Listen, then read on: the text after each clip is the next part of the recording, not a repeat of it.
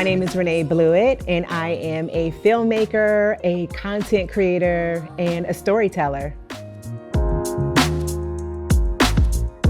I came to Brooklyn in September of 2001, so I am approaching my 20-year anniversary. I moved here from the Midwest, Chicago specifically, and when I was thinking about where I wanted to move next, Brooklyn was the first place on the list. And it wasn't even like New York City, it was Brooklyn specifically. The moment when I fell in love with Brooklyn was definitely the first full summer that I was here. I got to experience the BAM Festival, the West Indian Day Parade, and just all of the culture really made me feel like Brooklyn was home.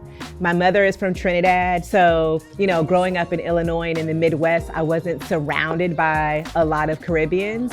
And so seeing that culture here and being able to experience the food and the music, it just really solidified that Brooklyn was where I needed to be.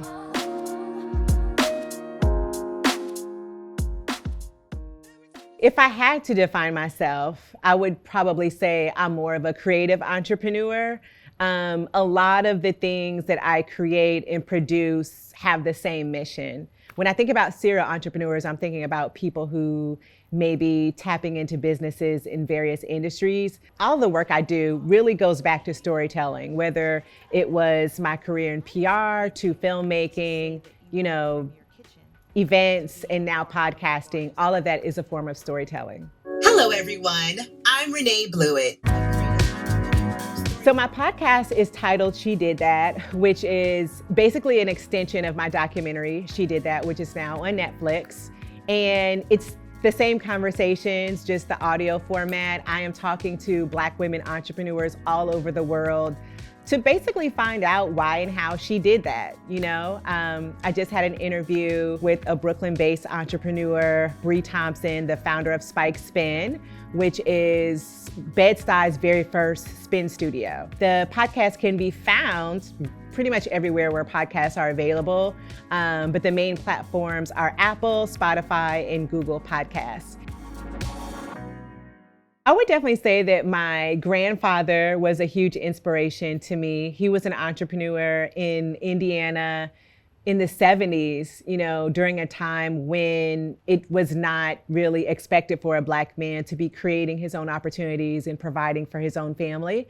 And then my dad was also and is still an entrepreneur. So, at an early age, I was able to see that it's not glamorous, that yes, you're your own boss, but there's a lot that comes with that, the financial roller coasters, the challenges, the uncertainties. So I would say the pandemic has affected me personally because for the first time in my entire career, I had to be still. And that time really forced me to think about who Renae Bluitt was outside of, all the things. It took a toll on my spirit because I felt like, who am I when I'm not working? For me, the ability to kind of keep some type of peace and normalcy in my life has been really centered around taking it day by day, hour by hour.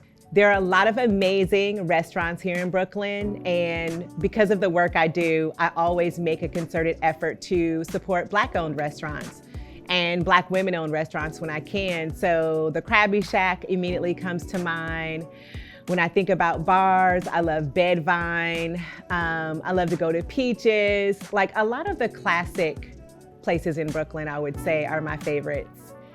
Brooklyn has influenced my fashion in many ways. I would say that when I moved here, I was probably a little bit more conservative in 2001, but Brooklyn has given me permission to just be who I am and just be free and be expressive in my fashion. Very bohemian, very colorful. There are a lot of Caribbeans here, a lot of people from the continent here, and we love color, and so do I. And I think that my love for color has intensified, definitely being in this borough. So, yeah.